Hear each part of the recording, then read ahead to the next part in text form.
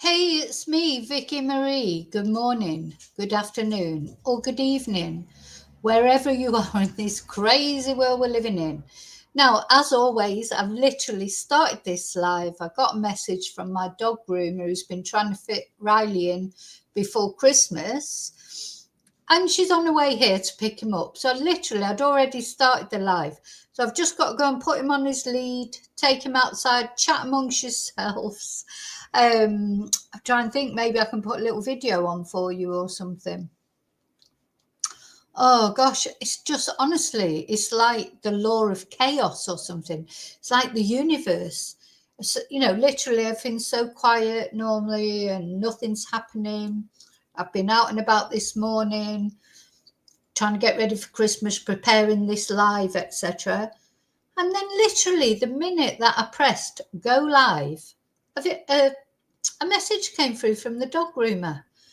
And it wasn't supposed to be happening until Monday morning, but she did say she would try and fit him in before that if she could. And she literally just messaged me and said, I can come and get him in 10 minutes. Is that convenient? And I can't say no because it's convenient for her and she's doing me a favour getting him in for Christmas. Because I was the usual VickyLastMinute.com. Leave it till the last minute. Right, I'll tell you what I'll do. I'll put on the lights video from the Sebastian Rogers case so you can have another look at it. While I just get Riley on his lead and wait for her to come. So let's see. Let's have a look. Now, I don't really want to concentrate much on this video because I think it's time we left this video behind.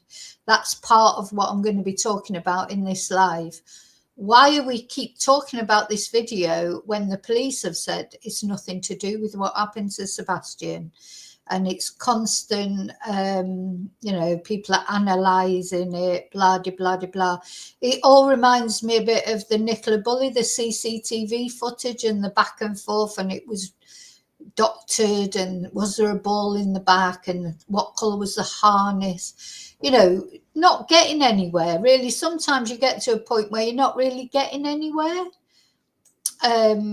And that's where I feel it is with this lights video. People have done really good jobs looking at it.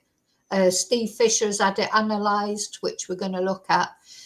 I think that's time that we sort of left the lights video behind, in my opinion, because you can look at it and test it and look at it and test it. You're not the police. You won't be doing anything that the police haven't already done, in my opinion. But because I've got to go and get Riley's lead on, I'll just show the video. We begin with a surprising development in the search for 15-year-old Sebastian Rogers, who's been missing for 18 days. An exclusive look at new video evidence. Thanks for joining us here at 6. I'm Rory Johnson. And I'm Hunter Hoagland. A lot to get to here tonight. Authorities have scrutinized home security video from that Hendersonville neighborhood, trying to learn what happened to that teen with autism. Now you can take a look for yourself. Our Nick Barris obtained video that appears to show two people near Sebastian's home. Tonight, his parents say he disappeared. The video you're about to see is from early Monday morning, February 26th, around 3:10 a.m. Now, there are no street lights in the Stafford Court neighborhood, so it is at night, pitch black. What you will see here are these 2 points of light believed to be people with flashlights in the area around Sebastian Rogers' Hendersonville home.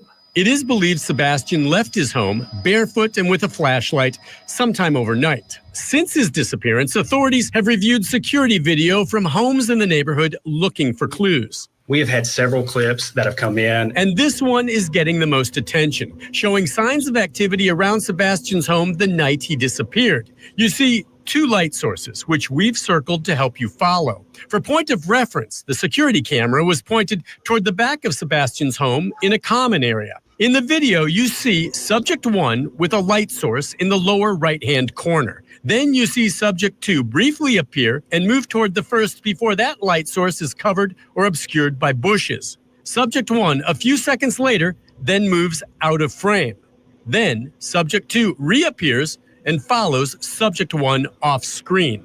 It's a short time later and it's very vague, but then you see one of the subjects moving quickly back through the common area, and that is it.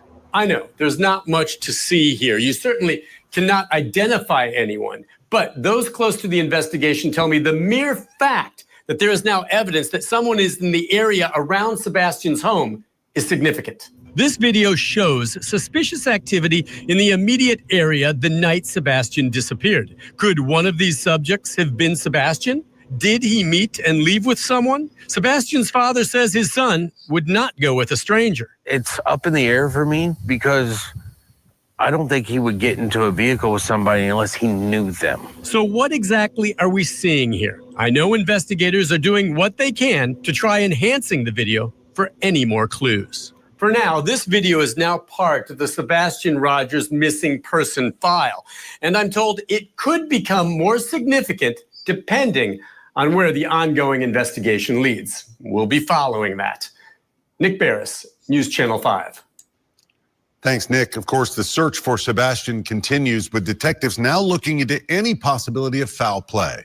If you think you can help, call 1-800-TBI-FIND. Okay, so Riley's just waiting. I've got the door open. I might have to go. She hasn't arrived yet. I've got Riley on his lead waiting outside. I've got Rocky in the loo, locked in the loo, so that because otherwise he wouldn't want to go and have a shampoo. He doesn't like it. But yeah, so we'll have to go again in a minute, just when she arrives, just to say hello to her. So yeah, now these lights. So there's been lots of things have come out lately. I just haven't had time to go on every time a bit of news comes out about Sebastian Rogers' case, because it's not. I won't say it's not proper news, because of course it is proper news. Anything that helps find Sebastian, we have to think of as proper news, because we just want Sebastian to be found. Which reminds me, I heard that the body that was found in the landfill in Anderson County, somebody said that body that was found is a homeless person. But again, I can't find any actual, honestly, you're struggling for official news. Somebody was saying but in a chat the other day, the body's been identified as a homeless person. But has it though? Why is it not coming up as being identified by, officially? This is so annoying about this case. Body found, yeah, I can't see anything saying that the body has been identified. Anyway, so I'll have to wait about that. All I can say is rumours are going around that the body's been identified, that was found in the Anderson refuse place, and it was a homeless person, but I can't find any official confirmation of that. So these lights, let's get back to these lights. Now, according to Steve Fisher on Twitter, who's looked so much into this case, and I believe Steve because he investigated into the Hannah Kobayashi case as well, and he was right about that, wasn't he? So you've got to think he's probably correct, about what he says in the Sebastian Rogers case. There's no reason to think he's not correct, is there? Now, it's all gone absolutely crazy again on Twitter or X, because we've got Nik the Hat, who he's the guy who has been imprisoned before for spreading false information. He's the one that's in allegiance with Dog the Bounty Hunter at the at night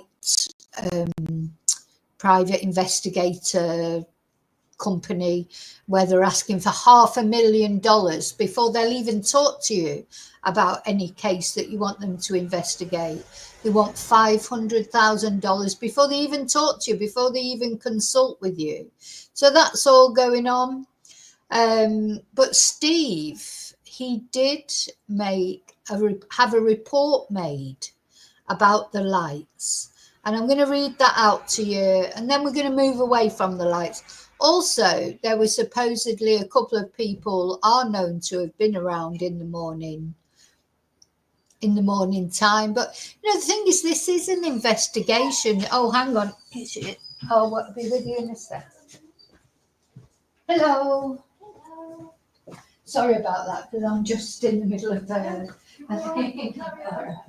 Thank you. Number one, I think. Thank you, Vicky. Bye.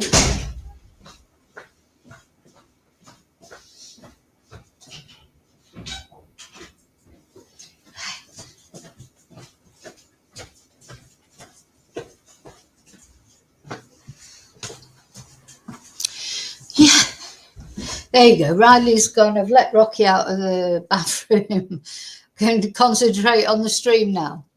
Okay, so yeah, I'm going to read out this report that you had made, and then we'll see. I personally think it was a trash truck. I didn't think before, but now that I've seen pictures of the trash trucks, they have got one light on the side.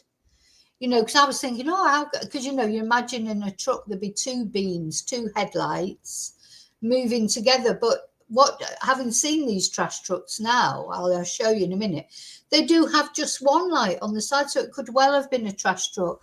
And I do think there's a reason why the police checked the landfill in the very first week of this investigation. Also, the police themselves, Sheriff Craddock, he has admitted that there is more information, but they can't release it.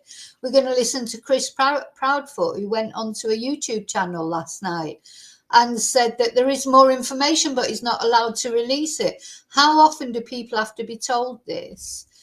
And the other thing I want to say to people, in human compassion, Katie Proudfoot has no evidence against her that she's done anything to her son. She is now facing her first Christmas without her son. Her son, who lived with her, didn't live with Seth. And, you know, Seth apparently is a deadbeat dad, and also got together with Katie when she was 12 years old and he was 21. You know, I'm done with Seth a little bit. I feel for him as a father who's missing his son, but I think he's making so much out of it. He wasn't there for his son when his son was, you know, there. So now, and he's taken advantage of this situation to just sling mud at Katie because he hasn't got over the fact Katie doesn't want to know him anymore. So I just would say to people who are throwing shadow at Katie, what evidence do you have for throwing that shadow? Apart from, I've just got a feeling, or well, she was the last one to see him. She wasn't the last one to see him because he was seen on the Monday. It's on the FBI posters. So if you've got any other evidence apart from that evidence that Katie did something to her son, I would ask you, with all Christian charity, if you're a Christian or whatever religion you are, there is no religion that says it's all right to be nasty to a grieving mother who doesn't know what's happened to her son just before Christmas. So I would say, please just give her a chance. If it comes out that she has done something to Sebastian, nobody will be more condemning than me then. You know, if she did it, I don't see any proof that she has done anything to Sebastian. So have a bit of Christian kindness, especially at Christmas. Don't accuse people of things that you have no evidence that they have done. And she's not the one that's out there grifting left, right and centre, doing telethons, monetizing a YouTube channel, creating memberships that go up to $49.99. She's not the one that's doing that. He's doing that, Seth. Tony, Dog making money out of it. Nik the Hat making money out of it. Even YouTubers in general, I suppose you could say, just out of their views of their videos. So, you know, don't have a go at Katie. She's the mother. She's the person it affects more than anyone. And as far as we know, We have no reason to believe she did anything to Sebastian. The police don't seem to think that she did anything, and they certainly haven't. You know, if tomorrow they arrest her and charge her, that's a different matter. But where we stand at the moment, you know, just think on. Anyway, I'm going to say hello to everybody. Hi, David. Hi, Arkan. Hi, Laurie. Oh, is it raining there? I take it, Laurie. David, oh, I'm sorry to hear you going to a funeral. That's not very nice, is it, just for Christmas? I'm so sorry. Oh. 2 Vickies for the price of one. Yeah, she's called Vicky as well, the dog groomer. Riley likes going to the groomer, Laurie. Rocky doesn't, so he was probably glad to be left behind. The thing is, Riley needs trimming because he doesn't lose hair. You know, he is a dog that has to be clipped, otherwise his hair would just get really long. Whereas Rocky, he does lose hair. So he doesn't have to be clipped. So I only send him once every 2 months just for a shampoo and a, you know, get his claws clipped, etc. Whereas Riley, really, every month he has to have a clip. He's getting a bit long now. So I've sent him for he has a number 1, except for his, he's got like a little Mohican on top. He'll probably be cold when he comes back, but he's got his jacket anyway. Yeah, sometimes I leave his hair to grow a bit longer in the winter. Maybe I will in February. Maybe I'll miss out January and not take him again till February.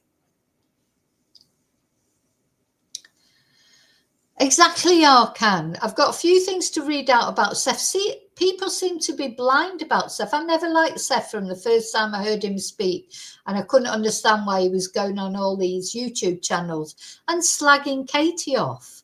It just seemed apparent to me right from the beginning he's got a real grudge against Katie and Chris. You know, whatever they've done or haven't done, and maybe Chris isn't a brilliant dad, I don't think, and, you know, that none of them are really, maybe, you know, if Chris has taken a belt to Sebastian, that's not a good thing, is it? I'm not saying it is. But what I'm saying, that is that doesn't mean that he's responsible for his death or that he's done anything to him.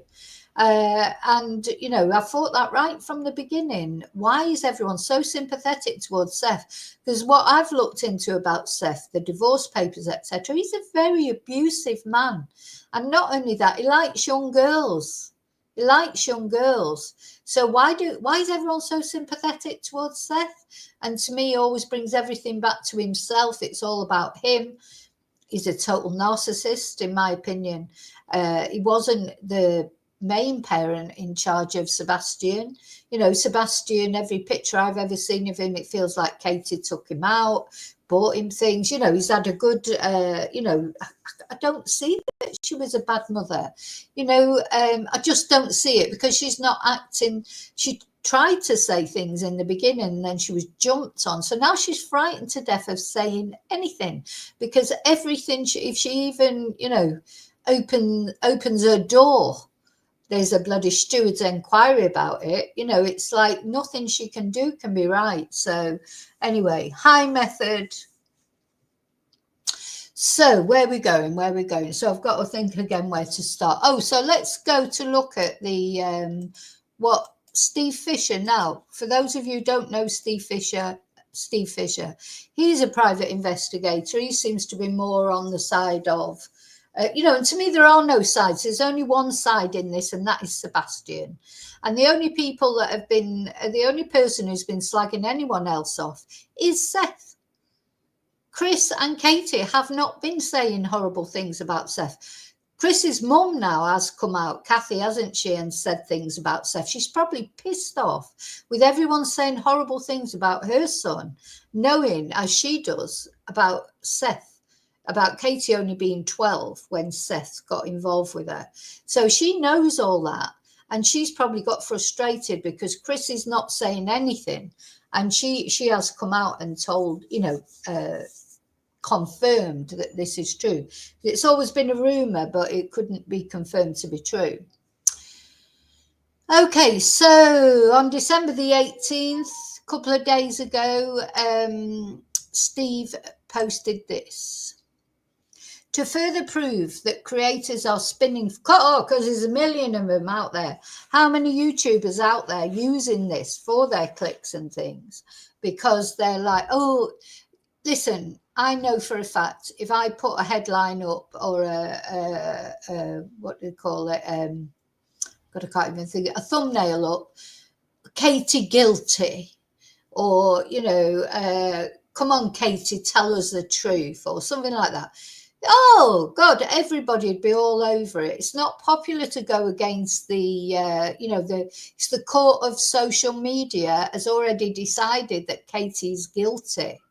And they've been so nasty without any evidence. Don't get me wrong, if you've got evidence, send me the evidence. What's the evidence? Not, oh, well, he said, she said, or I just got a feeling, or, she wiped her hand on her leg when they were in the Texas road. Was it a sign?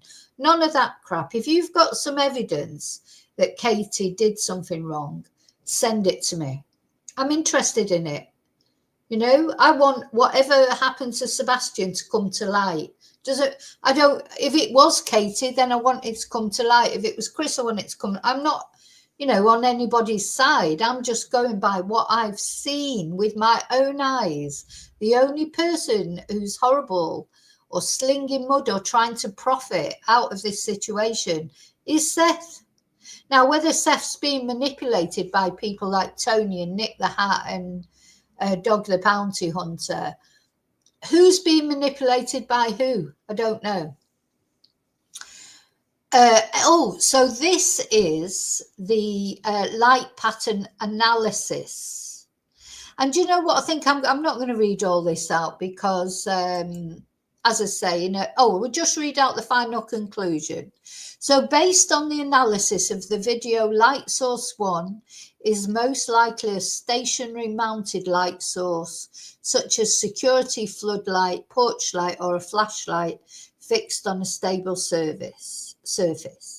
In contrast, light 2 exhibits dynamic behavior with significant height fluctuations and lateral motion that aligns with the human walking patterns. So the conclusion that Steve came to after he had his report done about the lights was that possibly light source 2 was a person, but he felt that light source 1 is likely a stationary mounted light source. And he does say that the person holding light source 2 is most likely around 5'5" to 6 feet tall, with a higher likelihood closer to 5'5" if the flashlight is regularly held at shoulder level. Now, another thing, I don't think, to be honest, that is a person either. I don't think either of those are a person. I think something else happened. I don't know what happened. I think the police have got a good idea of what happened, perhaps, but they're not saying anything. And from what Chris has said on the YouTube last night, he has information that he's not allowed to divulge. So I think Sebastian probably, I keep dreaming about Sebastian, and when I dream about him, he is running away. I think he did run away, but what happened after that, I don't know. So, I literally do not know. Nobody knows. And the police don't know, and if they did know, they would arrest someone. Where are we? What was the other thing? He said something recently, I'm sure, about Seth.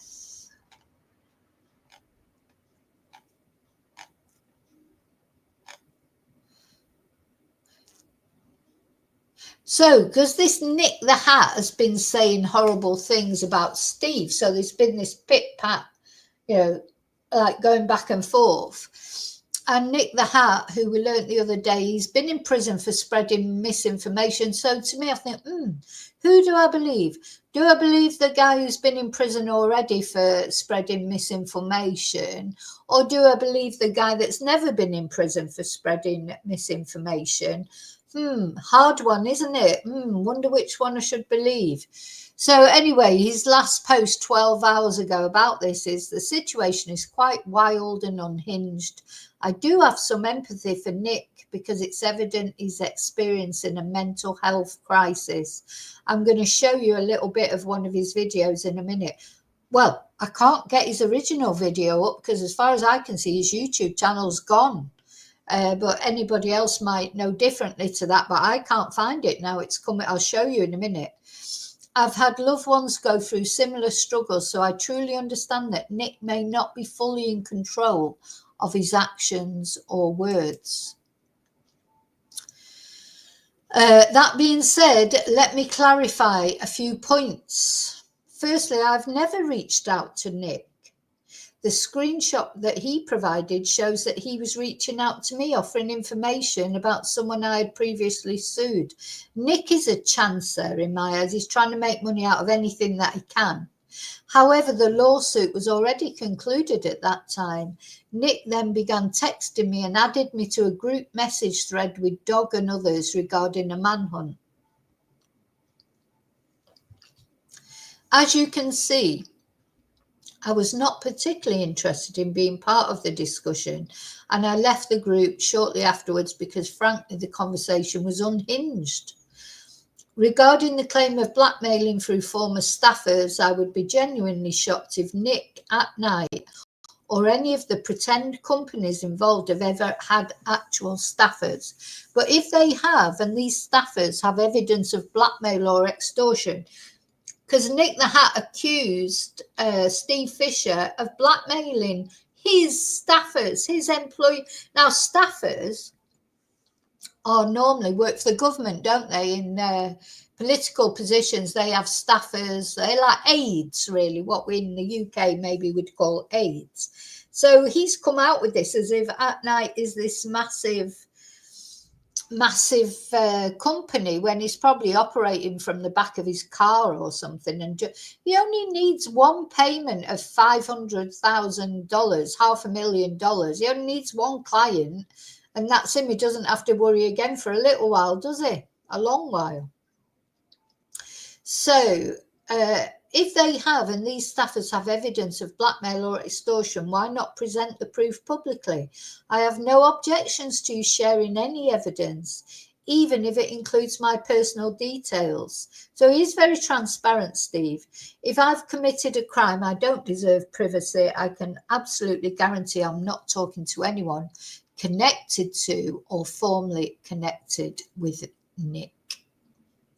As for the claim about contacting 3 companies for surveillance in the Sebastian Rogers case, that's incorrect. It's closer to 300 than 3. I am doing everything within my power to locate Sebastian. And yes, you're correct. I do obtain evidence. Yes, I am a weapon. Thank you for acknowledging that. I am diligently analysing and reanalyzing all evidence to uncover any information that could lead us to Sebastian. We hope that the other licensed investigators, now he's a licensed investigator, Nik the Hat is not a licensed investigator, but he's trying to poo-poo the fact that Steve is licensed by saying, oh, well, what, anyone can get a license. So like Steve said to him, well, you get one then. You know, anyone can get a license apparently, but Nik hasn't got one.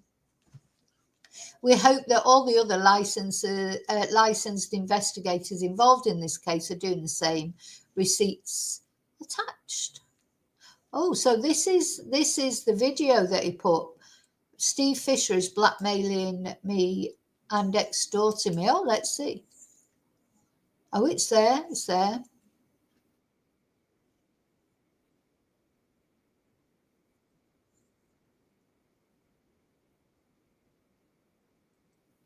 I mean, I'm sorry, but anyway, I'll let you decide what you think of Nik the Hat. We've all got our opinions, haven't we? So let's go back to the beginning because I wasn't sharing. Okay, guys, we are on day 297 of the search for Sebastian Rogers. Sebastian went missing 297 days ago in Sumner County, Tennessee. The case, obviously. Now, is it just me, but he looks a bit strange, but you know what? You shouldn't judge people by what they look like, but there's something about Nik that is a bit creepy. Took the country by storm. Search crews went out. They found nothing. Absolutely nothing. Now, there are no updates, obviously. I watch the news like you guys for my updates, but I want to talk about Stephen Fisher, SF Investigates. You watch the news for your updates. You're the investigator on the case. Aren't you supposed to be doing a bit more than just watching the news? I watch the news about it. You know, I'm not getting paid $500,000 for my investigations into this case. You are. Shouldn't you be doing a bit more than just watching the news? The guy that is representing parties in this and other matters across the entire country, he inserts himself into, right? The guy is blackmailing and extorting us and me. I'm putting that out there. And I call on you, Steve, to sue me for that so you can prove what yourself. It's not going to work. Stephen Fisher is blackmailing and extorting us. He's partnering with former staffers. And it's kind of wild. His tactic involves silencing people. It involves sabotaging and then stabbing. That's kind of how he does it. He stabs the information with misinformation. And that's not good, right? For a PI, a public investigator, he's on Twitter all day long. It's not a great look. But I'm not going to be pushed up. Honestly. So he's on Twitter all day long. Well, you know, it only does take 5-10 minutes to make a Twitter post or an X post. He's on YouTube or Twitter all day long as well. I don't really see what his point is there. But you know what? People have got to decide what they think. To me, this is the guy that was in prison for misinformation. As far as I know, Steve Fisher hasn't been in prison for spreading misinformation. So who do you believe? I mean, it's not really, it's a bit of a no-brainer, really, isn't it? I know who I'm going to believe. I'm going to believe the person who's not been in prison for spreading misinformation. Now, you know, and then when he accused Steve of inserting himself into cases, well, you know, but most of us insert ourselves into, you know, if a case comes up and it's high profile, we do get involved in it, you know, just as a YouTuber or whatever you are. And now Steve Fisher, he did find out what had happened to Hannah Kobashi. So I would say that, you know, his track record, as far as I know, don't know about other cases. As far as I know, his track record, he has had a success. I'm just wondering why this guy is so angry about Steve. He doesn't like that, you know, because Steve has said those things. And, you know, at the end of the day, when you look into both their backgrounds, unfortunately for Nik, he doesn't come over brilliantly because he's been in prison for spreading misinformation. So I don't know how do you come out of prison and you're on parole for spreading misinformation and then you become a private investigator? How does that even happen? To a wall. Hey, Stephen, sorry, Steve. You can go look for crickets in the forest all you want, my man. But your tactics, they stop with me, and that's it. He manipulated his way to parole. He basically said that he's the lead investigator on the case. He leaves out a lot of important information when he speaks to people. And it's a pattern. He called 3 companies to try to get surveillance footage. And he, again, forgot to identify himself correctly. He just calls himself the lead investigator on the case. He gets evidence, and where does it go? Nobody really knows. But that's not the point. Is his tactics as a PI are dangerous, guys. He is a weapon. He is a walking weapon. That piece of paper gives him too much power. He should not have that kind of power. When I met Stephen Fisher, and Steve, you remember this, right? You plagiarized our lawsuit for your own. So I love how he talks of all this stuff, all this trash, but he leaves out the big fact that he plagiarized our lawsuit against somebody so he can file one himself. That's when I met Fisher, because he had reached out saying that we are very great at what we do. This was last summer, and he needed information about a creator who we were under the impression that he was a police officer in Florida, Stephen Fisher. That's the impression that we got when we spoke with him last summer. And he's obviously not a cop. Not a cop. He's not. And we were bamboozled, I guess, to put it lightly. But he plagiarized our entire lawsuit to file and silence another person, right? Because they were giving views that went against his. It's Steve's way. So you can see it's a big tit for tat thing. And maybe there's a little, you know, normally when you've got 2 sides like this, you've got one side, you've got the other side, and the truth is somewhere in the middle, isn't it? And maybe there are things that Nik is saying that are true or blah, blah, blah, blah. But it's sort of escalated into this big war between their two egos, really. And in the middle is Sebastian. That's all that matters. That's all that matters. And he's jumped on the bandwagon with Dog the Bounty Hunter. I think Tony Mathis has had a bit to do with getting them involved because he's the PR guy, don't forget, for Seth. And if I try and give Seth a benefit of the doubt, I would say maybe Seth is being manipulated by Tony, by Nik, and by Dog. Dog doesn't care about Sebastian. The Dog has got millions of dollars of taxes to pay off, allegedly, and he's just trying to raise what money he can to get his taxes paid. I'm going to show you in a minute another way he's trying to raise money. That, you know, and don't blame him. He's got to, you know, he's past his glory years, hasn't he, in the 90s when he was so popular with Dog the Bounty Hunter program. So he, you know, I don't blame him if he can help, if any of them can help in any way, but I don't think they are helping at the moment. I think they're hindering this. Or no way. That's how he operates. That's dangerous. And that license should be revoked in every single state. I don't know how. Where'd they find you, Steve? Craigslist? Backpage? I mean, that's kind of that's where your services belong, my man. And to blackmail. Well, I think Craigslist is gone now because, I mean, that was quite funny when he said that because Craigslist, of course, oh my God, you know, murderers were found on there, found their victims on there and everything. It's a horrible thing. It's a bit like, what would it be like? It's like your Facebook marketplace, wasn't it? But it was like the American thing, and he's brought that up. So he's being very scathing and he's really angry. You can see he is angry about this. Now and extort us indirectly is it's not cool, and I'm not going to stand for it, and I'm going to call you out, and I'm going to call you out for doing that, and I'm going to file a police report against you. I mean, dude, you're crossing a lot of lines and we let a lot of stuff slide, but what you have planned coming in a week or two, which we already know about your little plans because they involve former staffers of ours. It's nuts. It's the definition of blackmail, extortion. If you don't do this, this happens. If you do this, this happens. That's Stephen Fisher, a licensed investigator. So God knows what's coming next week. You know, it's like get your popcorn, isn't it? No, if it wasn't that it was such a serious case that this is a teenage boy, 15 when he went missing and now 16 gone missing, a grieving family, a mother that's facing Christmas without her son, a father that's facing, you know, a biological father and a stepfather. It would be almost laughable, but look at his eyes. This guy, he's so angry. His eyes are black. Really black. He is angry with Steve. I'm licensed. He gets a license to tweet. You don't need that, Steve. You can save a lot of money by calling yourself what you are, a no good creator on X. That's it. You're not even that's it. You're a creator who I think he was just going to say then you're not even a YouTube creator. So he's like, he's a creator on X. That's all he is.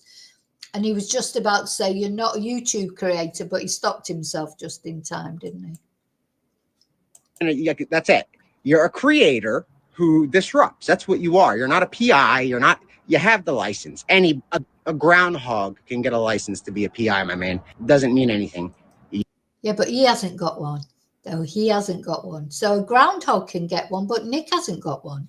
So why don't you get one, Nik? You're a fraud. That's what I guess the F stands for.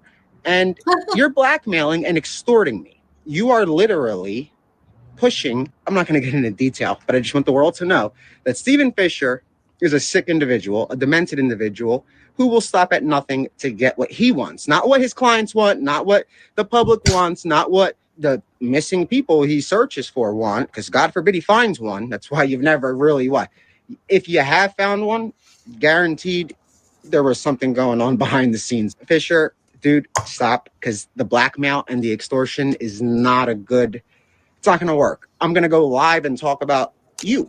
If you're going to blackmail and extort me by saying I'm going to have you locked up, you're trying to put me on a Megan's Law list for being on X, talking about a case. You want my electronics taken away? I'm that big of a threat. Fisher is dangerous. He's blackmailing and he's extorting. So he's really angry, isn't he? I mean, I think one thing now, maybe some of the points he makes are true. I just don't know. But one thing is certainly true. He is livid. He's raging, as they say in Scotland. He's so angry. So Steve Fisher has definitely touched nerves with this guy. And the only way he gets his way is by eliminating the threat. He wasn't successful. He just wasn't.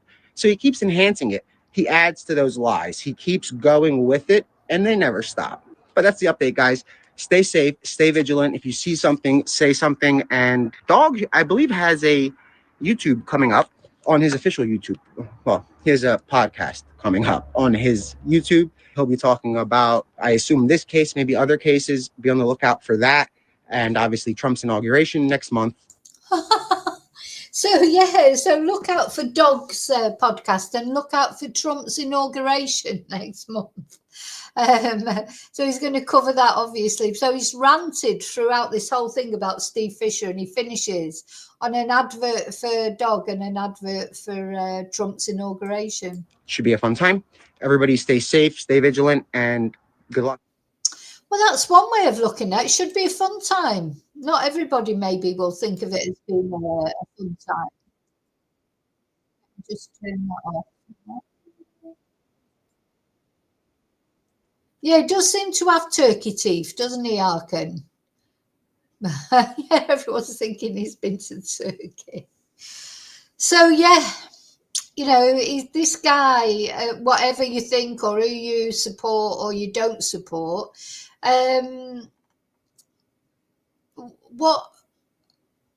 why is he so angry? Because do you know what? If you know, people are always saying horrible things about you. If you're on YouTube, you're going to get people who are going to come on, say horrible things. Unfortunately, that's sort of almost like just part of being on YouTube or being in the public eye in that way, and making statements that some people will agree with, but a lot of people won't agree with.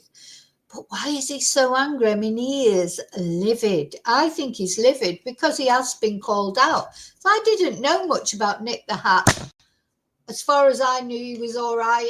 I know he was quite friendly with JLR, though JLR has distanced himself from him now. You know, I didn't know about his past. Now I know all these things about him that I didn't know before.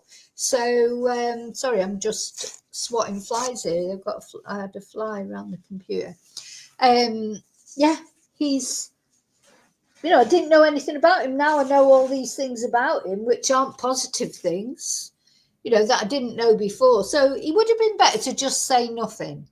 That's personally what I would have done. If somebody attacks me on YouTube, it's just like, what's the point? Because some people like you and they'll never be convinced otherwise. Other people don't like you. They'll never be convinced otherwise. You know, people have their views. I don't give a shit, to be honest. So if somebody likes me and enjoys watching me, thank you so much. But if you don't like me, don't watch. Why are you watching? Because there are people out there who watch, watch for years. And I just don't understand that. It's like, you know, is it like they've had a lobotomy or something? Because I would have to have a lobotomy before I would bother watching YouTubers that I don't like. And so, yeah, not everybody's going to love you. Not only on YouTube, but in life. You know what it's like. You can't please everybody. Some people, don't matter how nice you are to people, they don't like you for whatever reason. It's just best not even to bother, in my opinion. Just let them get on with what, you know, you make a little bit of effort in the beginning to be nice to people and to get on with them. Then once they start being nasty to you, it's like, shut them off. Shut them off. They're not important to you, your life. You know, you just get on with your life, you know. It's like, and even if they're your family or friends or whatever, when it comes to a point where they don't like you or they're disrespecting you, when you wake up to it, sometimes it can take a little while to wake up to it, and you try and give people a benefit of the doubt. But just cut them off. So with someone like him, he doesn't even know Steve Fisher. So why doesn't he just cut him off? You know, why doesn't he just ignore what he's saying? Unless it's touching a nerve somewhere. And maybe he is worried. that he is doing something wrong. So anyway. Okay, so then, hi, Morsland. Yeah. So now we're going to have a look at what I'm going to look. I've got a list here of things. There were so many things that I wanted to talk about. I think we'll have a look at Dog the Bounty Hunter. Now, remember, Dog the Bounty Hunter, he was calling Seth Shaw. I think Dog might be suffering a bit with, not exactly dementia, but, you know, he's bobbing on a bit now, isn't he? And he's trying to, apparently, and again, allegedly, he owes a lot of taxes, but he needs money. But we all need money. We all need money to live. And someone like Dog the Bounty Hunter, who's had a good lifestyle, he's been popular, he's been famous. When the money starts to dry up, it'll be difficult, won't it? Well, he's got a big following. And this is what he's offering now. Hi, Darren. This is what he's offering now to make money. So if you fancy a special birthday message or Christmas message, I suppose he does all sorts of messages. And you know, he's given me a really good idea, because I'm going to start doing these, not charging for it, and certainly not charging €400 like Dog the. If you want a Christmas message or a birthday message from Dog the Bounty Hunter, if you've got a spare $400, he will make you a personal message. Now, I will make you a personal message just if you're a member of my channel.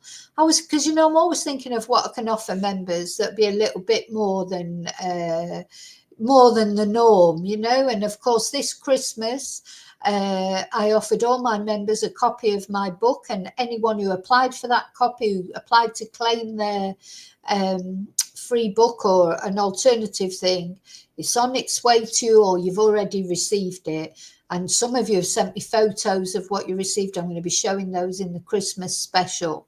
I'm always trying to give my members something. So it's given me a really good idea, because I think like times like birthdays, Valentine's Day, Christmas, Easter, etc., I can offer a special video to my members that give them something a little bit more to say thank you for being members.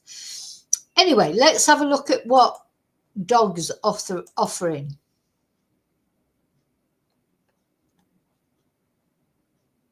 This is an invitation.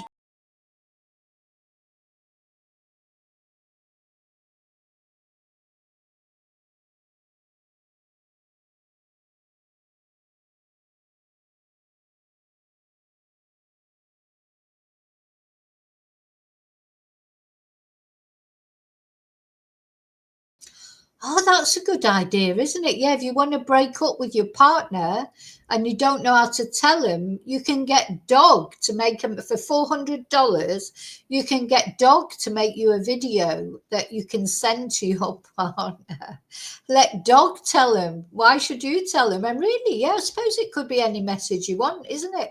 You could send a message to your partner to tell them that you love them, or to wish them a happy Valentine's Day, or to say to them, do you mind stop leaving the toilet seat up?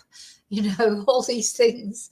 Maybe we want to tell our partners, you know, don't leave your clothes on the floor in the bathroom. Can you pick them up, please? You know, yeah, anything. It's a brilliant idea. So there you go. That's the way that Dog's trying to make money.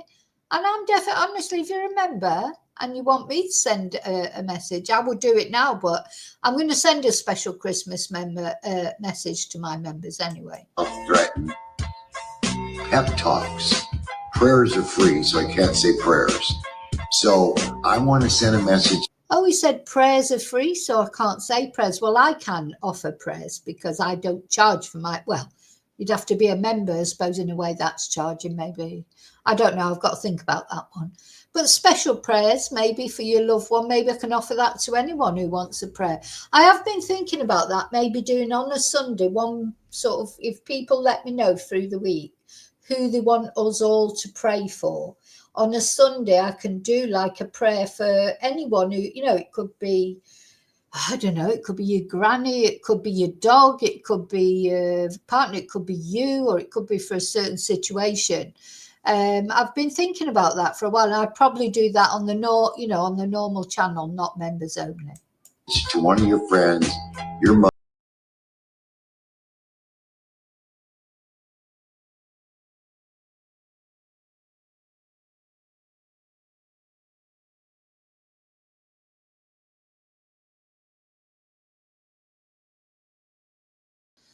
Okay, let's see the link below. Where's the link below?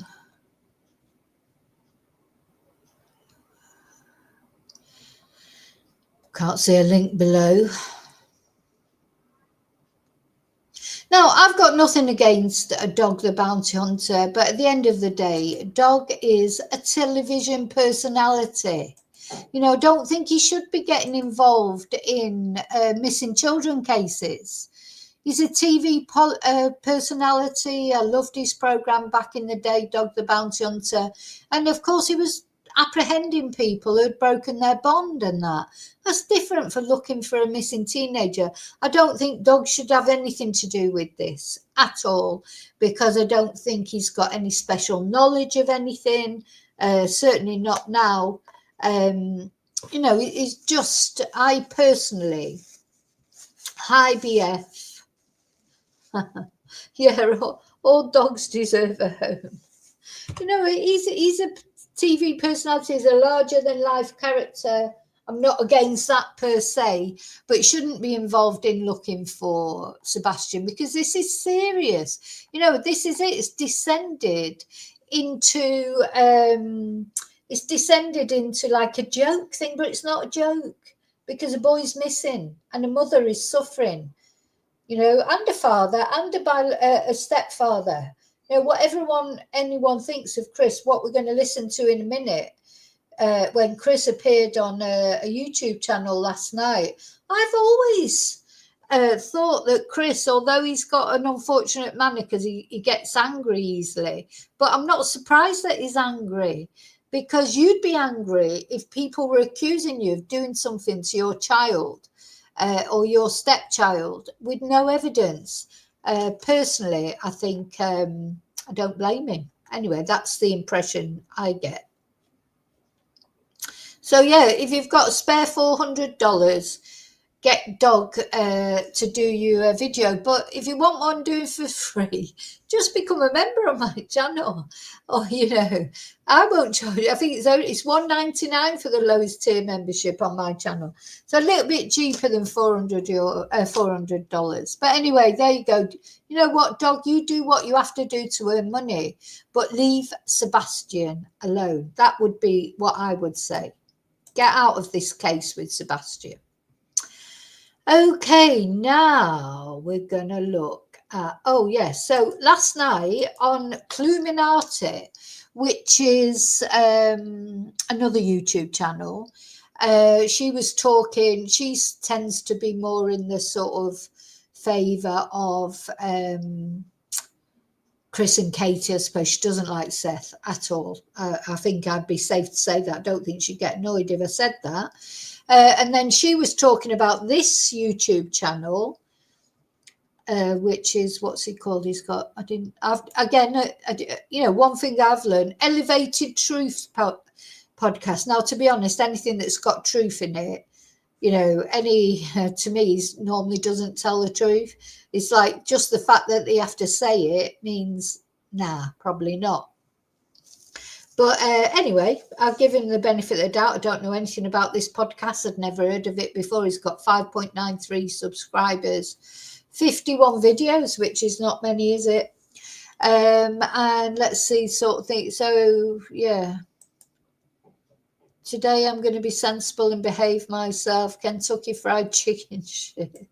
Do you know, some of these American channels, I must admit, like Betty Bullshit and all those, and Cluminati, they are interesting. I'll give them that. You know, they it's like anything goes. You know, they're wild. They really are wild. The way they talk, etc. Oh yeah. Anyway, so this guy said he's been holding his tongue, and it's time to speak the truth.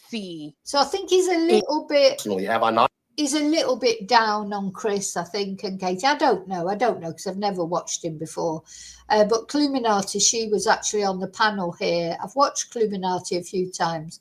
I find her channel very entertaining, let's say, and interesting, because you get a different point of view from her, because a lot of the other podcasters are just, it's all so down on Katie and Chris. So I like to watch someone who's got something positive to say about them, and maybe not so completely up Seth's ARSE, because to me, Seth, I just can't get it with Seth. I feel sorry for him on a human level that his son's missing, but I think he's false. I don't like the way he slings mud at Sebastian's mum. You know, Katie, who was a 12-year-old girl when they first got together. I think Sebastian is totally obsessed with Seth is totally obsessed with Katie, and he uses any excuse to sling mud at her. Okay, so anyway, as they were having this sort of podcast, who pops up but Chris Proudfoot decides he wants to come on there, and he's not been on one for ages. So we're just going to see this. What we said. Yeah, I said it has to have been when he was coming home from the work site. That's what was said. My truck wasn't in the area, the vicinity, and the FBI knows this. So don't speak of my truck being in that vicinity, that area, until the 26th at 1 p.m. in the afternoon. That's what we said. So he came on angry because someone on the panel, he thought, had said that his truck was there, you know, when Sebastian went missing. So he came on to say no. Anyway, then it turned out that they weren't saying that at all, that what they'd said was when his truck, when the Wi-Fi came up on his truck or whatever, it must have been when he arrived home later. And so he'd misconstrued it. So then he got into talking. Now, one thing I just want to say, and I include myself in this, all of these podcasters on here, whether they're sympathetic to Katie and Chris or not, or they're sympathetic to Seth or whatever, it is nothing to do with them whatsoever. It's not their son who's gone missing. You know, it's nothing to do with them. It's nothing to do with me. You know, I'm not the one that's facing Christmas this year without my 15 or 16-year-old son. You know, it's their business. They don't have to. Nobody has to actually explain themselves to anyone. Any member of the family has no obligation to explain themselves to some YouTuber or TikToker, podcaster, Facebooker, Twitterer. It's nothing to do with them. It's not affecting them. They'll be looking at all these people that are on the panel, except for Chris this year. It'll be a normal Christmas for them. You know, they'll be meeting their loved ones. You will be, I will be. Luckily, this year, that's the sort of Christmas I'm going to have, a nice Christmas. I've had fucking awful Christmases where I couldn't even speak to my loved ones for various reasons. You know, I've had Christmases, awful Christmases, but not this year. So this year, I'm going to be looking forward to Christmas, luckily for me, as probably a load of you are. Some of you won't be, whatever, because, you know, there'll always be Christmases that are good and Christmases that are bad for whatever reason. But these other podcasters on here, they'll be making their Christmas plans as normal. They won't be missing their 15, 16-year-old son. So what right have any of them got to talk about this, really, or to not to talk about it, but to comment on it, to make judgments? What right have they got, especially on Katie and Chris, who have never come out and said anything about Seth? Don't care what anyone says. They're not the ones that have slung mud. They're not the ones profiting out of his death with telephones and membership tiers and this, that, and the other. I just think if Katie did that, just imagine tomorrow, new YouTube channel, the Proudfoots at home. And, oh, yeah, you can join, you can become a member for $49.99. We're going to show you a few photos of Sebastian when he was little. We're going to show you what we're doing on Christmas Day. Can you imagine the outcry? So why is Seth allowed to do that without anyone condemning him for it? So that's all I would say to anyone who's critical of Katie and Chris. One, you've got no evidence that they've done anything. Whatever you might think, whatever feeling you might have, whatever doesn't make sense to you, and the mention on here about the long phone call. Well, you know, I've never thought that was strange. So apparently, even this guy who's doing the podcast, he said he's had conversations with Chris and Katie that have gone on for 3 hours. You know, they're talkers. When Chris is on his crane and he speaks to Katie on the phone, don't forget they don't live together when he's working. It's not, you wouldn't have a 3-hour conversation with someone you're going to see in 10 minutes because they're on the way home. But when someone's working far away from where you're working, he's on his crane, she's not doing anything. They're just chatting about crap. Maybe they're having phone sex. Who knows what they're doing? It's their business. I've had many long phone calls with ex-partners when we've not been together, as I say. If it's not like, I'll be home at 8. Oh, all right, let's have a 3-hour phone conversation before you come home. No, it's because they're working away somewhere else, probably even in another country, never mind another state or whatever. It's not unusual. Just because you don't have 3-hour conversations doesn't mean nobody does. Anyway, let's have a listen to what he had to say. Well, not the time frame, but not the time frame. We didn't know the time, but what we said was that they did it for the 25th and the 26th. So it's just as much likely that it was when he came in after Sebastian went missing. Yeah, and that's why I was confused, because I was like, what? And then that's why I said it had to have been when he came home. Well, see, the problem is you get a bunch of people out here. You say one thing, you mean one thing, and this, that, and another, and then it runs wild like a fucking brush fire. That goes crazy. It's true. And here we are. We're 10 months into this. We got no leads. We got nothing. But yet we got another team over here that's out here just throwing shade left and right and a bunch of crap. That's what we're talking about. We think it's very dangerous. People are being thrown under the bus and nobody seems to fucking care. Who's in the back chat? I have no idea. Hold on. It's that fucking psycho. Under Chris's name too. Yeah. I see it in the back chat. Yeah. So who is this person? I do. That's the person that's attached to that woman that accused you, Clue, of having something to do with I have no idea who it is, to be honest.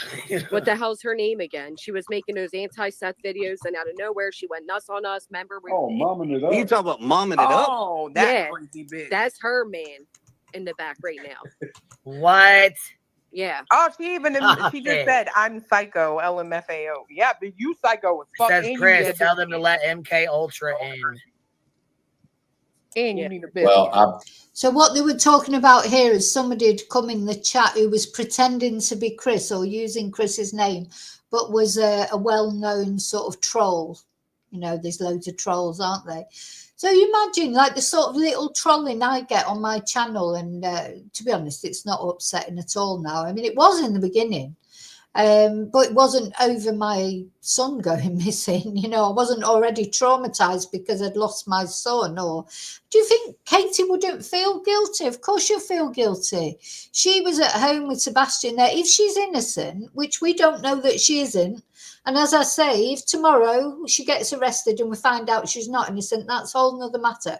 But where we are now, with what we know now, all we know now is he went missing. And as far as we know, Katie has had nothing to do with it. But if you imagine how she feels knowing that he went missing under her watch, she's got enough punishment.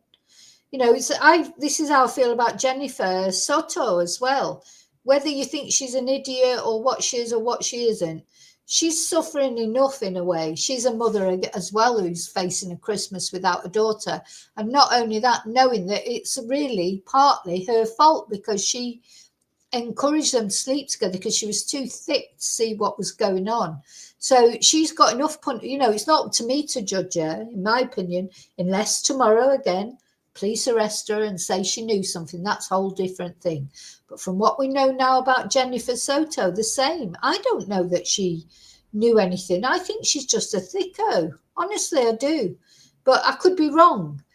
Now, with Katie, I don't think Katie's a thicko. And maybe Katie does know something about what happened to him. But how dare anybody else try, make that up? There's no evidence. People are always so keen on evidence for so many things unless it suits them not to bother with evidence. It's like, you could talk about something else and people will say, yeah, well, where's the evidence? Where's the evidence? Oh, well, what about the evidence with Katie Proudfoot? Oh, I've just got a feeling. This is how ludicrous it all is. It ain't my show to control who gets in and who gets out. I wouldn't let them in for anything. Those people are fucking sus as So hell. I'm not even going to pay attention to that. What I want to talk about is what we're doing up here. Right. The point of this situation is that all of the bullshit has got to fucking stop. All of it. The putting shit behind the scenes for creators to talk about. Seth needs to stop it. Chris and Katie need to stop it. Well, hold on. Let me stop you there because we ain't putting stuff out behind the scenes. Bullshit. Well, Chris, can I ask you about the what are we putting out behind the scenes? Chris, don't put me in this position. Don't do it. Do not pull my man card. Chris, don't pull my man card and put me in this position. I ain't pulling anybody's man card. Chris, I'm going to ask you one more time. Do not put me in this position. Well, the way you're making it sound is a little odder than it may be true. So maybe instead of getting like that with him, because he may not know what you're referring to, because to be honest, he does. But it's for Sebastian, right? I'm not up here to have an issue with you, Chris. I just sat here and said, I don't think you have anything to do with the disappearance of your stepson. But do not put me in the position of you saying that there's not shit being pushed behind closed doors when you know damn well there has been. I'm going to tell you right now, there ain't a thing out there that we're afraid of. We I don't haven't think there done is either. anything. Hold on. Let me finish. There's something there that man took. So there's something that we don't know about that this man knows about that maybe Chris and Katie have done behind the scenes, but not that means they're guilty. But maybe to do with what his mum had said about Seth and Katie only being 12. There's something that he said was right because Chris didn't want to go into it. But then the guy says, but I don't think you've had anything to do with with Sebastian's disappearance. So whatever it is, he does know something. God knows what it is. And Chris didn't want him to talk about it. So I'll go along with that. But also he said, I don't think you or Katie had anything to do with Sebastian's disappearance. There is so much going on behind the scenes that we don't know about, I think. But all I know is on the surface, I've never seen Chris and Katie go onto a YouTube channel or create their own YouTube channel and dish Seth publicly. Maybe they're using other people to do it. Maybe they're telling other people things and letting them tell social media and whatever. But they not actually ever, as far as I know, come on and said, oh, Seth's a prat or Seth's a P or this, that or the other. But I think what this guy is getting at, he must know something that's going on behind the scenes. Because this isn't about fucking sides. Once again, when all these creators can get past this shit and finally focus back on Sebastian, then the case might go somewhere, but it won't go anywhere if everybody is out here putting different narratives out there that don't need to be out there. We all agree on that. Right, but that includes everybody, Chris. Yeah, that includes everybody. And I'm going to tell you something. If you come at me sideways or you come at my family sideways, you can bet your tail that when we bring the proof, it's proof. It's plain and simple. Well, that's the thing, Chris. No one is accusing. I don't throw shade at people. I bring the proof. That's the difference. Yeah. And, the other thing that I think is, it must be, especially for someone like Chris, because Chris is an aggressive man. He probably is, and he's protecting his family as much as anything. He's trying to protect his wife. And I just can't imagine how difficult it must be when you hear people talking a load of shit about you day in, day out. The police have told you there's things, because there's things you could say, but the police have told you you can't say it, don't say anything. So you literally got sticking plaster over your mouth. You know, he might be better off not listening to social media, not watching YouTube channels, etc. But could you not? You know, if my son went missing or any of my loved ones, and I knew people were talking shit about me on YouTube or on social media, how would you be able to stop yourself from looking? Even though you knew that you shouldn't, because you know you're going to get angry, but how would you stop? How would you make yourself not look? You know, it's so difficult, isn't it? Because you want to know what people are saying. That's human nature, human curiosity. And, you know, with the best respect to this guy, he's got more subscribers than me, but he's not a massive YouTube channel. So why is Chris even bothering with a little YouTube channel like this? You know, he's got, what was it, 4,000 subscribers or 4,000 and a bit. So he's not exactly, you know, got 100,000 subscribers. So why is Chris? Because he can't help himself. He cannot help himself, because I think it'd be very difficult to stop yourself from watching everything, where even though you know that you're not going to hear anything good, you just couldn't help it. About what? Whatever. If y'all want to come out and say some shit, come out and say it. Who is said? What are you worried about someone saying? Like, It doesn't. I don't know. That's I don't the know. Hold problem. on. I don't know That's how the much you problem. said. Because you all come out and say different things, and you all have your little riddle ways of putting shit out there. I think you're confusing us with different people. Never have we done riddles.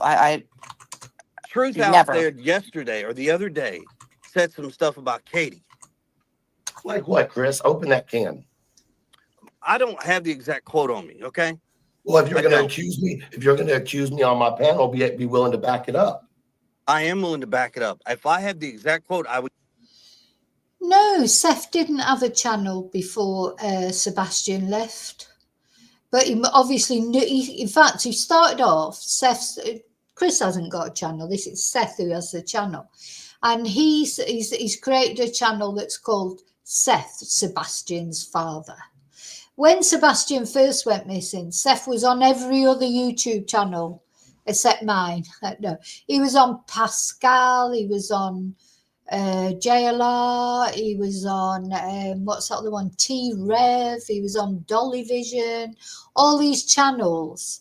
He was appearing on all of them, and it was not good, really. I don't think it, well, personally for me, it didn't come over well on those channels. So I didn't understand why somebody would want to go on all these YouTube channels. Katie and Chris went on a couple right at the beginning, but then I think they went, I don't know how many, they went on a couple, but then I think probably because of all the outrage they got and all the nasty things that were said about him, that's why they left home. I mean, bear in mind, Chris had to go back to work. He doesn't work near home. Then Katie would have been there on her own, you know, and the police had told her, as far as they were concerned, Sebastian was nowhere in that area anymore. That was something, don't know if you know that, people, but that is what Katie had been told. Sebastian is not in this area anymore. For whatever reason they said that, I don't know, because we don't know what the police know that we don't know. Maybe they've got a video of him getting into a car. You know, for all we know, they could have. And they're trying to trace that car. You know, we just don't know. So Katie went with Chris to where he was working, and they went into a trailer, didn't they, and that. I don't blame her. I mean, I know what you're saying. You think, oh, you couldn't leave the house in case Sebastian came back. But let's face it, if Sebastian wanted to come back and you weren't in, you can't be in 24 hours a day anyway. So you've got to go to the shop, you've got to go to work or do whatever you've got to do. So if Sebastian came back to the house and you weren't in, he'd go and knock on the neighbours, wouldn't he, or something? You can't sit in the house 24 hours a day. And also Katie was getting death threats from people who know nothing about her or anything about Sebastian, have got nothing to do with anything. People were threatening Katie with death. So she wasn't going to stay in that house on her own. I don't blame her. I wouldn't have wanted to stay there on my own. So she went off with Chris to work. And I suppose that's what they do, is come back, go, come back. Probably still doing that now, but it's not really any of my business, is it? You know, it's up to them what they do. You know, you can't just sit on a chair for the rest of your life waiting for something to happen. So the police had told her that, in their opinion, Sebastian was not in that area.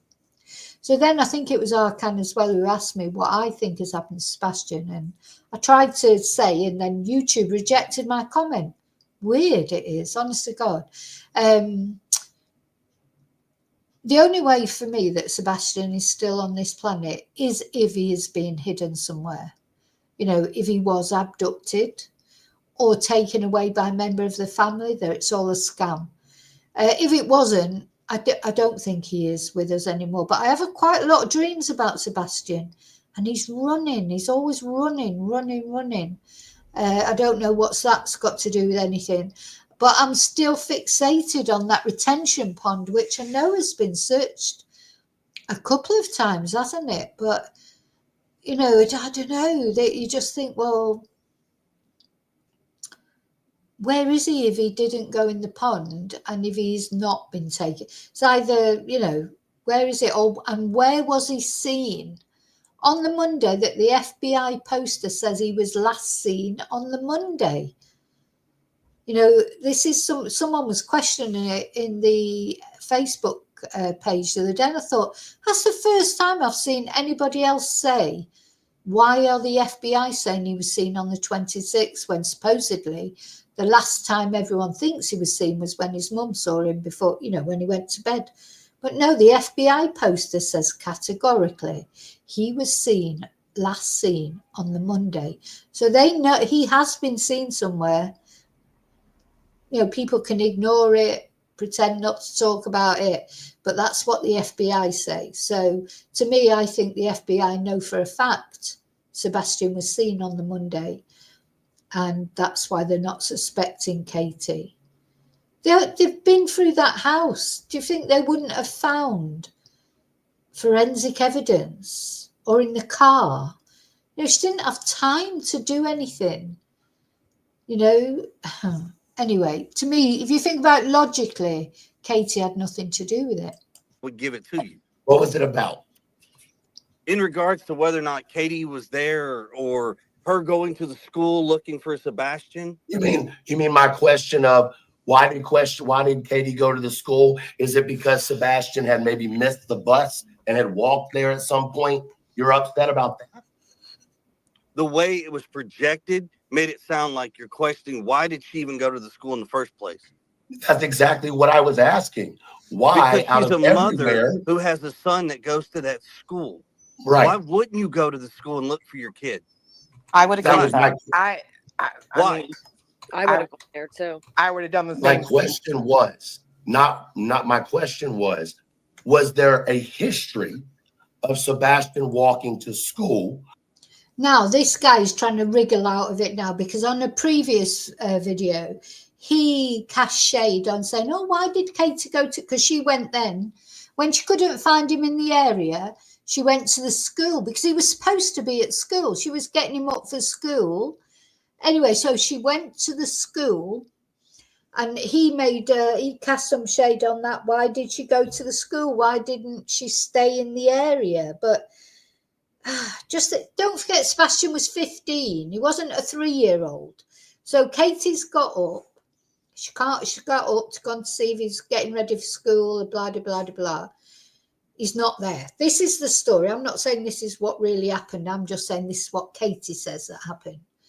So as a mother, would you think, oh, has he already gone to school? You know, maybe he had got the bus to school before or walked to school before. You know, maybe he was annoyed with his mum. Maybe they did have an argument. I just don't know. So Katie went off to the school then to look for him. And what this guy was saying is, why did she go to the school? Well, I think that's quite a logical thing to do, but I don't know. Maybe it's just me. If your son's gone missing and he's 15, I mean, if he's gone missing and he's 4, you're not thinking he's taking himself off to school, obviously. But if he's 15 and he's disappeared and he's supposed to be at school, you might think, oh, has he gone to school on his own? You know, I think you might think that, might you? Now, one thing that I do remember when Katie was being interviewed, I'm going to look for that clip, was when they were talking to her about, she said, oh, so I went to the school, but he had already, and then she stopped herself. It's as if she was going to say something else. He had already something, and stopped, and Chris looked at her. I think Sebastian had gone to the school. Something had happened there. And I think, but by the time Katie went there, he'd already something, got in the car with someone else, disappeared. I don't know. But I feel like Sebastian was seen outside the home on that morning, and that is why the police are not suspecting Katie. And also I believe that's why the lights that everyone keeps going on about got nothing to do with anything, because I think Sebastian, now the question is about the shoes, you know, didn't have any shoes on, did he? Didn't, supposedly, but I'm not sure about that either. There's so much that we don't know, and because the police won't tell us the missing piece, because it's, you know, in their investigation they can't tell us, makes it complicated. Which is why she first thought, let me go to the school. Now, if you took that as me being disrespectful, that wasn't what it was. It was, why was her first thought go to the school? It's a simple question. Right. And it's a simple, logical answer to think about, too. Okay, it so is a Monday morning. He was supposed to be at school. So, just like any other parent out there who has children, they're going to do the exact same thing. I mean, if my child was missing, I would be out screaming from the rooftops for him. And you're saying that she's not. I'm absolutely saying she is not out screaming from the rooftops for her child. What you don't know happens behind closed doors is That's our not business. screaming from the rooftops. Wait a minute. If no one can hear her. The problem is every time that somebody comes out and does something or says something. Oh my God, makes me so angry. So just because she's not doing maybe what he thinks he would do, which he has no fucking clue what he might do, because he's never been through that, and hopefully he'll never have to go through it. How dare he presume what someone would do? And I think it's true what Chris says here. You cannot presume. Katie is frightened to death of saying anything publicly now, because as soon as she says anything, gets pulled to pieces, it gets examined, like, you know, sitting in a fucking restaurant and wiping your hand on a serviette is a signal. You know, the green hoodie crap that they came out with, all that. She's frightened of, she's not going to say anything publicly now, ever, probably, until something, you know, transpires about what happened to Sebastian, because she knows that whatever she says, people are going to hate her anyway. So she's just not going to say anything. Don't blame her. Something. It gets twisted and turned in such a negative light. It doesn't matter who it is. Mm-hmm. It doesn't matter. That's true. 100%. I don't disagree with you on that. But when so once again, you're out here saying this. Hold on. No, I'm out here saying this because I've said that. Hold on. I've said this to you and Katie personally, have I not? You have, Truth. Okay. And what you don't understand is you're not here in this situation. You're not seeing the whole picture. Hold on. Exactly. Now, when I had that conversation with you, was it one conversation, 10 conversations? Truth, we've had several conversations. Okay. Now, did I ever have that conversation with you? He doesn't know the full picture. Really, you know, Chris, honestly, that's all you have to say to him. You don't have to explain yourself to this idiot, because he does not know the whole situation. So he's saying what he thinks, like we know, we've all got our views. We say what we think based on what we know, but we don't know everything. Maybe Chris knows everything, or maybe even he doesn't know everything, because maybe only the police, you know, maybe it's things that they haven't told Chris. But certainly a YouTuber does not know everything. How dare he? Oh God, how dare he say you know, what Katie's motives are. Why is all this hate directed towards Katie? Honestly, I literally don't understand it. Seth's like, yeah, poor Seth is at breaking point. Is this, that, and the other?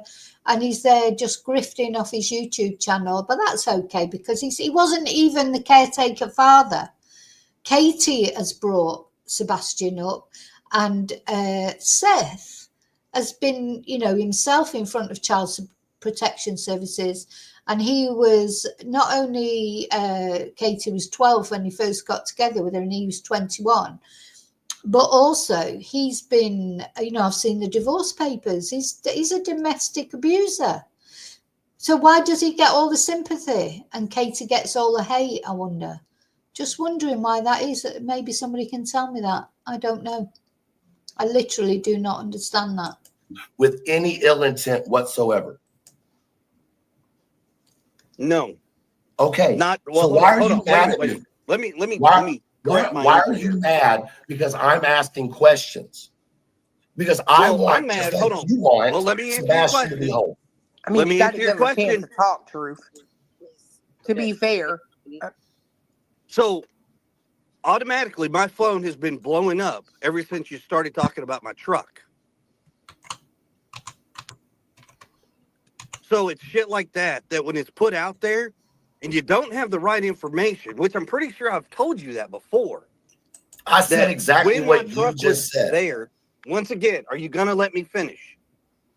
If you'll listen to what I say and repeat it I correctly, was trying sure. to, but I was trying to finish my statement. All right, go ahead, Chris. So I've told you this before. And the cat's out of the bag. FBI looked into me a long time ago. They've tracked my whereabouts with no problems. So when you come out here and somebody makes a statement, and then once again, like I've said before. Do you know, also, how dare this man argue with you know, people say, oh, he's not his biological father, but he was bringing Sebastian up. This man who you know, is nothing to Sebastian or nothing to anyone, how dare he talk to Chris like that, really? It's nothing to do with him. These American flag behind him.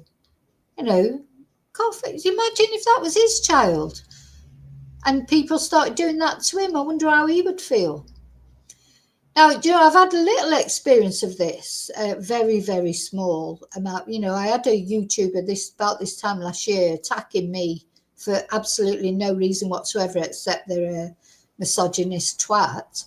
And I got loads of messages from people that had watched the video. I mean, I never responded to any of them because to me, you don't respond to misogynistic twats who are seeking attention. You just don't bother. But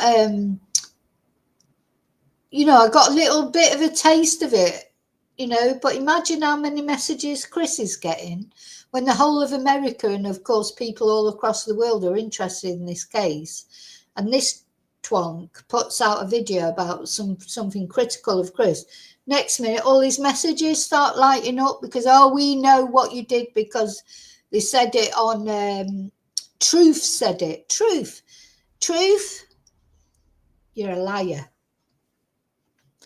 Just as soon as someone calls himself Truth, forget it for me. Or you say something and 50,000 people take it and they run with it and they twist and turn it. And you can bet your sweet ass this conversation will be twisted within less than probably an hour of the show being over, if not twisted now. It's twisted now. Oh, somebody's live. Somebody's live. Yeah, but here's they're the all thing. in the chat. It doesn't matter how people. It doesn't matter how people twist it, right? Like they're going to. For twist you, it doesn't everything. matter because you're not living this life that we live. Are you going to let me finish? Plain and simple. Are you going to let me finish? Because I'm listening to you, right? You cannot come on here and act like I'm doing something wrong because I'm paying attention to you and Katie, and you have no problem with everybody throwing shade at Seth. You have no problem with that. Okay, you can't come on here and pick apart something I'm saying because you don't agree with it now, but you sit there and have no problem with people. No, Chris doesn't throw any shade at Seth. I mean, I've watched a lot on this case from the beginning, I've never sat here and watched a video where Chris is saying Seth is this, that, and the other. It's always been the other way around. Attacking Seth. Doesn't attack. Okay. I have problems when I That's gave not you the fair. truth. I Your have a truth. problem when I gave you the truth. What truth? What truth? I told you about my truck. Is that not what I just said on my live? I literally said what you said. So why are you arguing with me about that? Because there's a lot of questions about it. Because That has nothing not to do with me. everybody- I said word for word what you said. No, you didn't. Because it wasn't, well, my truck would have been there the 25th or the 26th. That's not what There I is said. there is no question about me on the 25th. I didn't show up until at least 1 o'clock in the afternoon on the 26th. Period. Right, I'm just going to fast forward it a bit because I've got to go soon. And I want you to hear when Chris is just pleading with people just to leave them alone. In their system, they were like, well, this is a new one. Well, no shit, because it's my truck.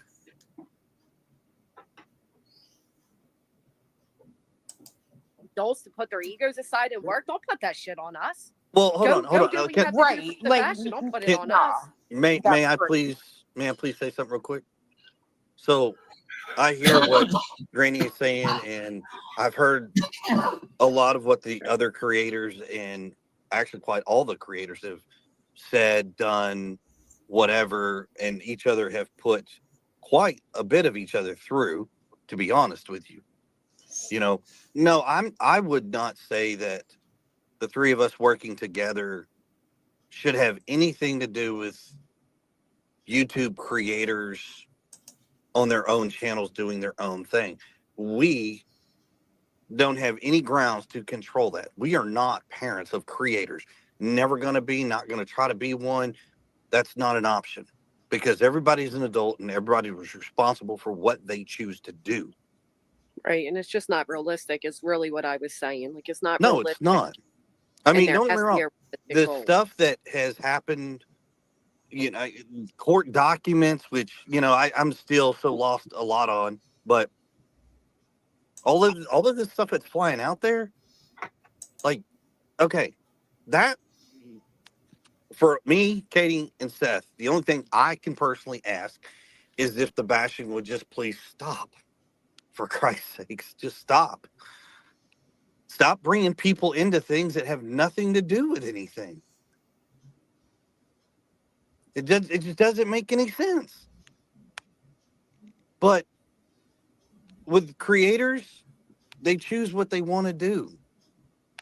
That's their shows. That's, for some of them, that's their livelihood. Unfortunately. Well, I mean, it is what it is. I mean, unfortunately, is like. Joe, it's so true what he says. Is it that some of these creators, and I mean, we all earn money from our channels. Luckily for me, it's not my only income because I'm a Spanish teacher and an English teacher. Thank God, because really, unless you get this guy, won't be earning loads of money from his channel because he hasn't got enough subscribers.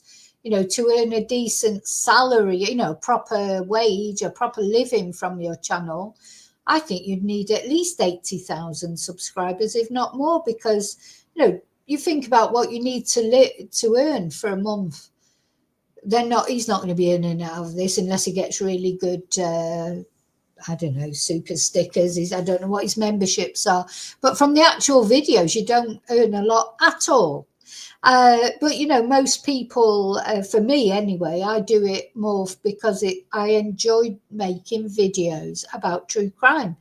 For good or for bad, that I enjoy true crime. If I wasn't making videos about true crime, I'd be watching videos about true crime. You know, I've been interested in it for a while, and whatever the reason is, I'm not the only one. There's loads of people who are. People can think it's good, it's bad, it's morbid or whatever. It's just the way it is. So what you're saying is true. So there's people out there, though, it is their only income. They're living off their income. So when a story like Sebastian's comes up, you know, they chase the algorithm all the time. I don't chase the algorithm. I don't care. If I make a video, it's what I think is interesting for me, for my chatters, what I think they'll be interested in. I don't care about the algorithm. You know, you just do, you know, sometimes you do videos that get a handful of views. Sometimes you do videos that get thousands of views. But to me, none of those videos are any more important than the other one.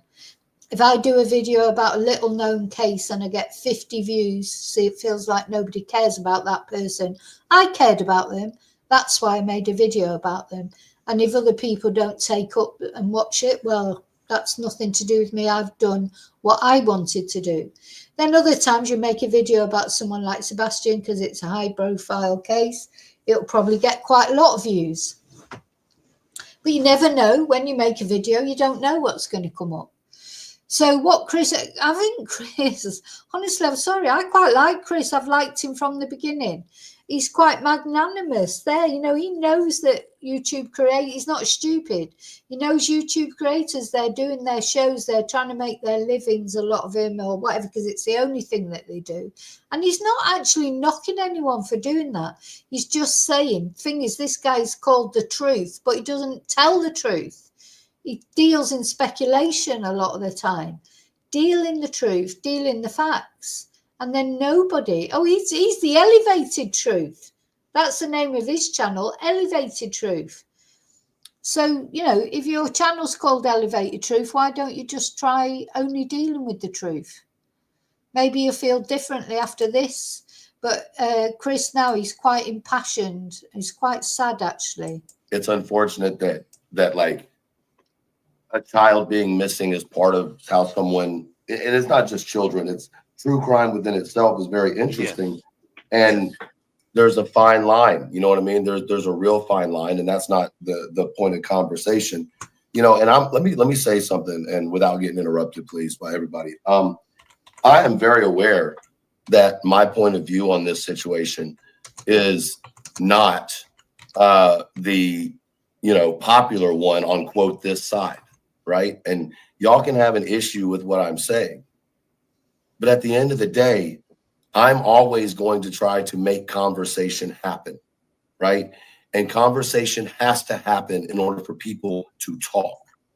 Right. And so you don't have to like what I'm saying. You don't have to like my point of view. I really could give a shit less. But conversation is how you get things settled. When me and Chris have had an issue, what have we done? Chris, we've gotten on the phone and talked, right? Yeah. Yeah. Okay. For example, Clue. When you and I have had an issue, what do? We get on the phone, we talk, right? We fucking scream, but sure, if it's right. talking to you. Right. Yeah, we'll do that. Now, let me just ask you this, Chris, while everybody's trying to beat my head over here, which is fine. The last time you and I had a phone conversation and we talked about, you know, I felt like it was time that some people started talking a little bit. Right. And we had talked about it quite a bit. And I said to you, I said, well, it's going to come a time and point that I'm going to speak on my feelings. Is that correct? Yes. And do you think I have been disrespectful with the way that I've spoke about my feelings? No, nobody has the right to determine how you feel. That is your choice. That is you. That's what makes you Truth as the person. Right. Anybody that tries to control somebody's mind, feelings, other than, you know, your personal loved ones, because, you know, but whatever. That's different. Yeah, exactly. But other than, hey, you know, but outside of that purview, you can't control people's thoughts. You can't control their feelings. And I'm not asking to control anybody. I'm asking just a simple thing. Stop bashing. That's it. I've been asking for this for a long time. You know, I'm not saying nobody doesn't have the right to have questions. I'm not saying that. Everybody has the right to have their own questions. What I don't feel is right is to try to answer those questions with misinformation, disinformation, or something people don't know anything about. Well, if I may, can Yes, I ma'am. ask a question that led to misinformation and disinformation? Can you explain the emails that were released, or at least the, you know, the context of them? because there's been a lot of gossip around them. In regards to the schools, correct? Yes. Yes. I'll answer that because, quite honestly, I'm sick and tired of listening to people come up with the craziness. Me too. All those emails are to show are that the parents worked together. We'd had a decent relationship. It wasn't like it was a very one-sided, the whole relationship. No, between the three parents, it was co-parenting existed. It did. You know, we came up with an idea. Seth came up with some ideas. At no point in time has one parent or parents decided on one idea and said, doesn't matter what anybody else thinks, that's what we're doing. That hasn't happened. That's not how you co-parent. Co-parenting is talking, being able to have a conversation with the other parent and respecting what they say. You don't have to always like what each other says, but respecting each other and listening to each other to come up with a unified answer. Do you know, this is it. Whenever I listen to Chris talking, he's all, apart from right at the beginning when he was getting angry with people because they were so down on Katie, he seems to have sort of calmed down now. And he's like, every time I've ever heard Chris talking, he's never down on Seth. He's not slagging Seth off now, but Seth is always slagging him off, or him and Katie off. You don't get that from Chris, and I've never heard it. And listening to him talking now, he's, you know, I don't know if anybody, there'll be people out there be going, oh no, he's just saying that and blah, blah, blah, blah. I don't care, because to me, Chris, he speaks sense. He doesn't dish Seth ever, but Seth constantly dishes him. And not because that I think Seth has done something necessarily to Sebastian, but Seth cannot get over the fact that Katie doesn't want him anymore. He has not recovered from Katie divorcing him. That's how it's felt to me right from the beginning. And he's used this as an opportunity to get his own back on her. That is very important when it comes to co-parenting. May I ask that's what the emails were about. Co-parenting. Thank you. May I also ask at what point after Sebastian's disappearance did that change so drastically then? Was it the GoFundMe? Was it just build up tensions? Do you even know where this went so far left? I know where it went far left. And be honest, that's not going to answer anything. It's not going to. Okay. That's in the past. It is what it is. It needs to be let go of. Look, if I sit here and say it started on X, Y, and Z. He's always so much more diplomatic, Chris. Why? I honestly don't see why people hate him so much. He's still not slagging Seth off or anything, is he? But anyway, there you go. Now, he stays on this video for quite a long time, but I think I've played what I wanted you to hear, which will, let me just fast forward a little bit. If you please go over to the video itself. Let's have a listen. Oh, lost him. We need to do. Finding Sebastian. I think directly addressed him. There you go. She has, in some interviews, directly addressed him, especially when people ask the question if Sebastian could hear you right now or he's watching this. Katie has addressed Sebastian directly. It's been quite some time, though. Would you agree? Right. And I want everybody to stop for one quick second. I'm going to rewind something here on you. In October, we had Halloween, one of Sebastian's favorite holidays. He's not home. Right. Thanksgiving, our family dinner table is incomplete. December 7th,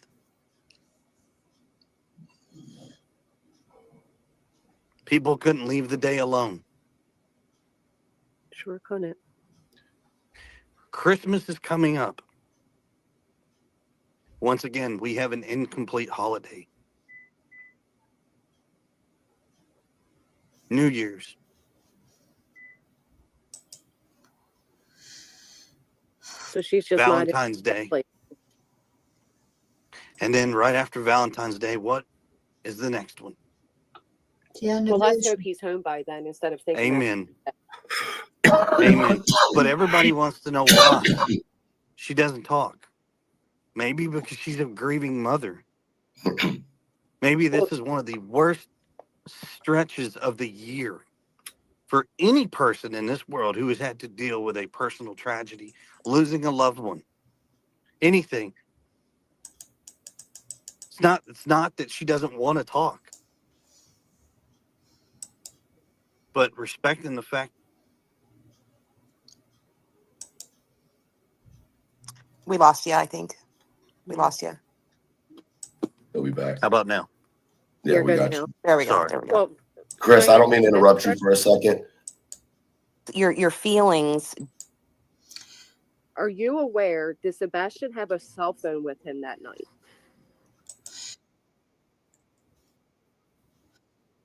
Right, I've stopped sharing it now because I can't listen to these women anymore. They're not listening to what he just said.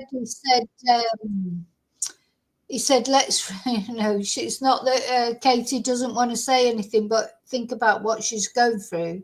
She's just gone through Halloween. She's just his favourite holiday. She's just gone through his birthday, got Christmas coming up, then it'll be New Year, then it's Valentine's Day, and then it'll be the anniversary of his death. So, yeah, I have a little bit of a thought for Katie, and Seth. I'm not saying not think about Seth, but think about who's doing the grifting and who's just being quiet and suffering and missing her son. So let's hope that, before we know it, there is some news of Sebastian. It just doesn't feel like it's going to be good news really at the moment when it comes, but it may be, mightn't it? But so the reason that I've made this video is I wanted to show what Chris had to say. I also wanted people just think about Katie and what she's going through. Whatever you might think or not think of Katie, you have no evidence to think that she's done anything to her son. And until you get that evidence, really, you need to cut her a bit of slack coming up to Christmas as a mother who is not, she's looking forward to Christmas without her son. And the other thing I wanted to say is forget about the lights. Don't look into the lights anymore. They are not relevant to this case. According to the police, according to me, I don't think they're relevant. I don't think it'll get you anywhere. You can examine them as much as you want. It won't make any difference. So the most important thing is for those that are helping to look for Sebastian, thank you to all of those. And I'm sure Katie would thank anyone who's helping to look for Sebastian. And for those of you that are hating on anyone, I don't even hate on Seth. I feel for Seth, but I just want it to be made clear that he's not a saint like everybody thinks he is. Why does everyone hate Katie so much or think Seth deserves all this sympathy? It's beyond me. But anyway, and so, yeah. And the other thing is, I didn't like the candle. Let me light the candle. I need to take that off. Otherwise, you won't be able to see it.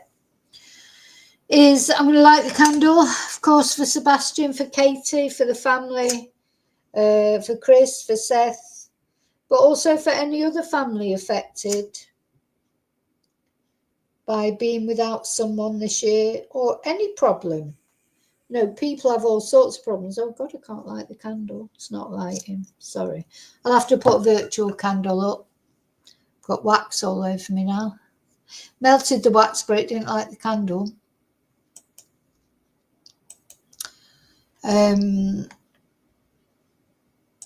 For any of you that are suffering out there, for whatever reason, if you're lost physically, emotionally, if you know someone who's missing, you're missing someone, maybe you've lost someone through bereavement, maybe through, estrangement. A lot of families are estranged, aren't they? Arguments, what have you. Maybe you've got mental health issues. Maybe you've got physical health issues. Maybe you've got financial issues. Maybe you're missing a pet. There's so, life's hard. And if life has thrown a curveball at you this year for Christmas, my prayers are with you. And that candle is for you as well as for Sebastian and his family. And hopefully on Christmas Eve, we're going to have a fun live where we're going to listen, we're going to dance, we're going to do a quiz, we're going to look at the pictures people have sent me about Christmas, etc., and try and forget all the horrible things, and just have fun. Because you know what? We owe it to those that are missing to have fun as well. So I think people that we've lost in life, they would want us to have fun. If they loved us, they would want us to be happy and have fun, and we need to do it on their behalf if they can't do it.